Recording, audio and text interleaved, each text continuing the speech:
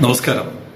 വിമാക്കിന്റെയും ജനപക്ഷത്തിന്റെയും ആദ്യകാല പ്രവർത്തനങ്ങളെ ഓർമ്മപ്പെടുത്തുന്ന രണ്ട് റിപ്പോർട്ടുകളാണ് ഇന്ന് ശ്രീലിംഗം ആരംഭിക്കുന്നത്.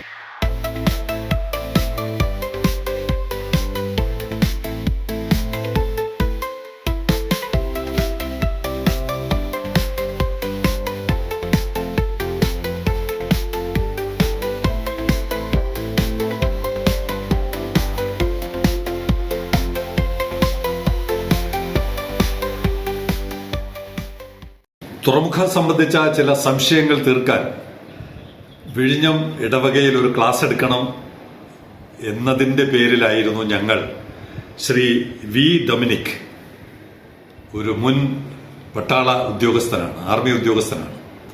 അദ്ദേഹവുമായിട്ട് പരിചയപ്പെടുന്നത് അങ്ങനെയാണെന്നാണ് എൻ്റെ ഓർമ്മ. അദ്ദേഹം തന്നെ അത് വിശദീകരിക്കണം. എന്തായാലും ദീർഘനാളത്തെ പ്രവർത്തനം, ആദ്യകാലത്തെ പ്രവർത്തനം മുതൽ ഇപ്പോൾ വരെ വളരെ സജീവമായി നിൽക്കുന്ന ശ്രീ ഡൊമിനിക് വി എങ്ങനെയാണ് ജനപക്ഷത്തിന്റെ പ്രവർത്തനങ്ങൾ തുടങ്ങിയത്, എന്തൊക്കെയായിരുന്നു ഈ പ്രവർത്തനത്തിൽ അദ്ദേഹത്തിന്റെ പങ്ക്, കൂട്ടായ്മയുടെ പങ്ക്, എല്ലാവരുടെയും റോളുകൾ എന്തായിരുന്നു എന്നുള്ള പഴയകാല ഓർമ്മയിലേക്ക് വിഴിഞ്ഞം സ്വദേശിയായ ശ്രീ വി ഡൊമിനിക് നമ്മളോട് സംസാരിക്കുന്നു. ഞാൻ വിഴിഞ്ഞം പദ്ധതിയുമായിട്ട് എന്നെ ആകർഷിപ്പിച്ച പ്രധാന ഒരു വിഷയം, ഞാൻ 10-17 വർഷം ഡിഫൻസിലാണ് സർവീസ് ചെയ്തത്. ഓരോ പ്രാവശ്യം ഞാൻ കേരളത്തിലോട്ട് വരുമ്പോഴേക്കും, നമ്മുടെ സ്വന്തം നാട്ടിലേക്ക് വരുമ്പോഴേക്കും മറ്റ് സംസ്ഥാനങ്ങളെ വെച്ച് കമ്പയർ ചെയ്യാറുണ്ട്. ഒരു എക്സാമ്പിൾ പറയുകയാണെങ്കിൽ മഹാരാഷ്ട്രയിലെ എസ് എൽ വേൾഡ്, നമ്മൾ എസ് എൽ വേൾഡ് പോയി നോക്കിക്കഴിഞ്ഞാൽ നമുക്കറിയാം, അവർ ഒരു ചതുപ്പ് പ്രദേശത്തിനാണ് ഇത്രയും വലിയൊരു പാർക്കാക്കി മാറ്റിയത്. അപ്പോൾ നമുക്ക് ഇതുപോലെ ഒരുപാട് സാധ്യതകളുണ്ട്.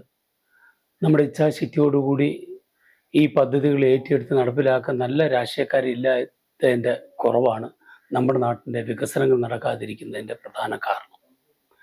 അപ്പോൾ ആ സമയങ്ങളിൽ തന്നെ ആന്ധ്രാപ്രദേശ് ആയിരുന്നാലും മഹാരാഷ്ട്ര ആയിരുന്നാലും കർണാടക ആയിരുന്നാലും ഓരോ സംസ്ഥാനങ്ങളിൽ പോകുമ്പോഴേക്കും അവരുടെ വികസനങ്ങളെക്കുറിച്ച് കാണുമ്പോഴേക്കും നമുക്ക് ഭയങ്കര പ്രയാസം തോന്നും. ആ ഒരു ടൈമിലാണ് 1999 ഞാൻ പെൻഷനായിട്ട് നാട്ടിലോട്ട് വരികയും നമ്മുടെ മറ്റു പോർട്ടുകൾ, ഇപ്പോൾ ദുബായ് പോർട്ട്, നമ്മൾ ദുബായിലൊക്കെ പോയിട്ടുള്ളത് കൊണ്ട് അവിടുത്തെ സാധ്യതകളെക്കുറിച്ച് നമ്മളൊരു പോർട്ട് കൊണ്ട് അവിടെ ഉണ്ടാകുന്ന ഡെവലപ്മെൻറ്റ്, അപ്പോൾ അതിൻ്റെയൊക്കെ കുറേ കാര്യങ്ങൾ നമുക്ക് ഇനിഷ്യലി അറിയാമായിരുന്നു. അങ്ങനെ ഞാൻ നാട്ടിൽ വന്ന് ഈ വിഴിഞ്ഞത്തുമായിട്ട് ബന്ധപ്പെട്ടുകൊണ്ട് ഇതിനെക്കുറിച്ച് അറിവുള്ള ആൾക്കാരെ കണ്ടെത്തുന്നതിൻ്റെ ഭാഗമായിട്ട് അന്ന് വിഴിഞ്ഞം ഇടവകയിലെ വികാരിയായിരുന്നു ഇന്നത്തെ തിരുവനന്തപുരം രൂപതയുടെ മോൺസിഞ്ഞർ യൂജിൻ പെരേര. അപ്പോൾ അദ്ദേഹമാണ് എനിക്ക് ഇതിനെക്കുറിച്ച്, നമ്മുടെ എലിയ സാറിനെ കുറിച്ചൊരു ബ്രീഫ് തരുന്നത് തന്നെ. അദ്ദേഹം വിഴിഞ്ഞത്തിനെ കുറിച്ച് വളരെയധികം പഠിച്ച ഒരാളാണ്. അപ്പം അങ്ങനെ ഞാൻ അദ്ദേഹത്തെ, എലിയ സാറിനെ പിന്നെ പരിചയപ്പെടുകയും അങ്ങനെ ഞങ്ങൾ ജനപക്ഷം എന്ന സംഘടനയിൽ കൂടി വിഴിഞ്ഞത്തിന് വേണ്ടി പ്രവർത്തിക്കാൻ തീരുമാനിക്കുകയും ചെയ്തു. അങ്ങനെ 99 മുതൽ ഞാനും എലിയ സാറും ബെന്നി ജോസഫ്, അതുപോലെ KC സാറ്, സ്വാമിനാഥൻ സാറ്, അങ്ങനെ എടുത്തു പറയാന്നുള്ള ഒരുപാട്, സഞ്ജീവ്, അരുൺ, ജയരാജ്, പിന്നെ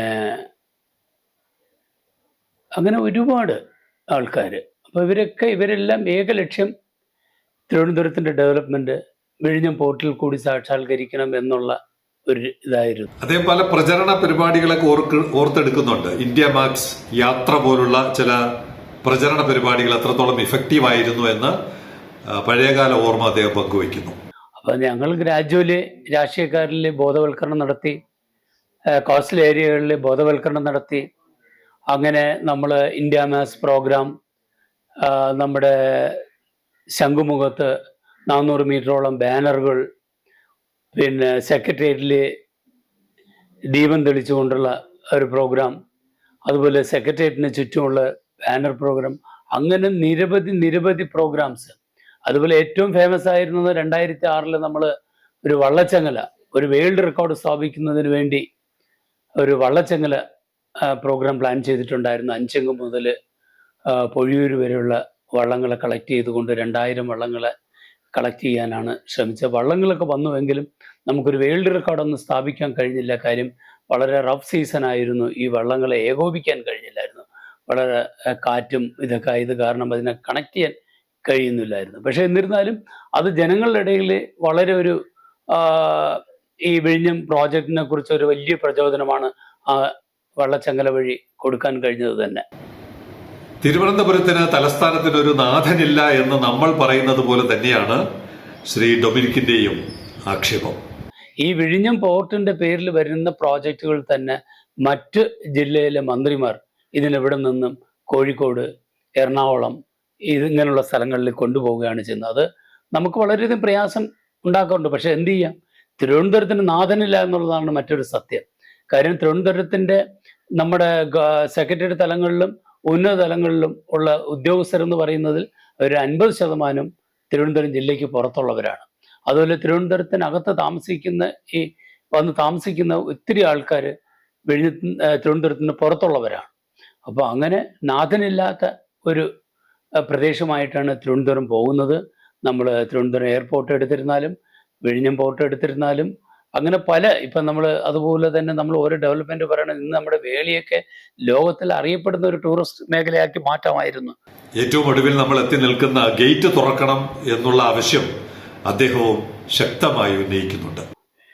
നമ്മുടെ ഇപ്പോഴും നമ്മൾ നോക്കുകയാണെങ്കിൽ തന്നെ ഈ 10 വർഷം കഴിഞ്ഞപ്പോഴേക്കും നമ്മുടെ പ്രാദേശികമായിട്ടുള്ള ഡെവലപ്മെന്റ് വരണമെങ്കിൽ നമ്മുടെ പോർട്ടിൽ നിന്ന് കണ്ടെയ്നർ ബൈ റോഡും ട്രെയിനും വഴി പോയാൽ മാത്രമേ നമുക്ക് ഇതിൻ്റെ ഡെവലപ്മെന്റ് നമ്മുടെ പ്രാദേശികമായിട്ടുണ്ടാകത്തുള്ളൂ.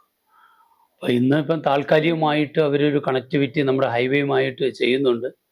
പക്ഷെ എങ്കിലും എനിക്കിപ്പോഴും പറയാനുള്ളത് നമ്മുടെ ഈ തിരുവനന്തപുരം മുതൽ ഇപ്പോൾ കൊല്ലം വരെ ആണെങ്കിലും അല്ല കന്യാകുമാരി ആണെങ്കിലും ആലപ്പുഴ എറണാകുളം വരെ ആണെങ്കിലും ഈ റോഡ് പര്യാപ്തമല്ല. ഇന്ന് നമുക്കറിയാം 45 മീറ്റർ വീതിയിലെ റോഡുകളാണ്. നമ്മുടെ ഹൈവേ വിട്ടുകഴിഞ്ഞ് നമ്മുടെ സബ് റോഡുകളുടെ ശോചനീയാവസ്ഥ നമുക്ക് മനസ്സിലാക്കാൻ കഴിയും. അപ്പം എത്രയും പെട്ടെന്ന് ഈ റോഡിൻ്റെ വീതി കൂട്ടേണ്ട അത്യാവശ്യമാണ്. എങ്കിൽ മാത്രമേ ഈ കണ്ടെയ്നറും മറ്റ് സാധാരണ ജനങ്ങൾക്കും യാത്ര ചെയ്യാൻ സാധിക്കുകയുള്ളൂ. അപ്പം ഗവൺമെൻറ് പ്രത്യേകം ആ ഇതിലും കൂടി ശ്രദ്ധിച്ച് ആ 15 മീറ്റർ സ്ഥലം കൂടി എടുത്ത് എത്രയും പെട്ടെന്ന് റോഡിൻ്റെ വൈഡനിങ് ചെയ്യാനുള്ള സംവിധാനം ഒരുക്കണം.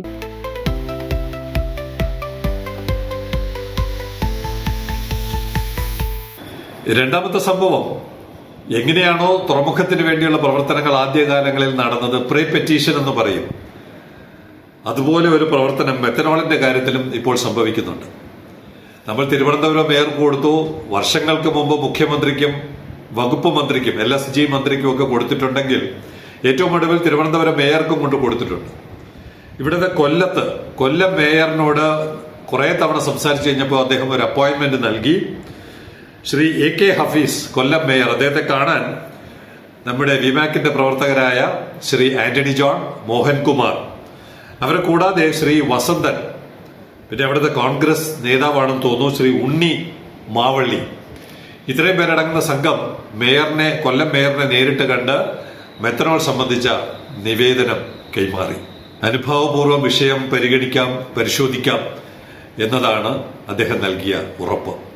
എനിക്ക് തോന്നുന്നു ഒരു പക്ഷേ കേരള രാഷ്ട്രീയത്തിൽ, ഇന്ത്യൻ രാഷ്ട്രീയത്തിൽ ആദ്യമായിട്ടായിരിക്കാം ഔദ്യോഗിക സ്ഥാനത്തിരിക്കുന്ന ഒരാൾ ഇത്തരത്തിൽ പരിഗണിക്കാം എന്നെങ്കിലും പറയുന്ന ഒരു മറുപടി നൽകിയത് കൊല്ലം മേയറാണ് എന്നുള്ളത് കൊണ്ട് തന്നെ നമുക്ക് അദ്ദേഹത്തെ അഭിവാദ്യം ചെയ്യാം.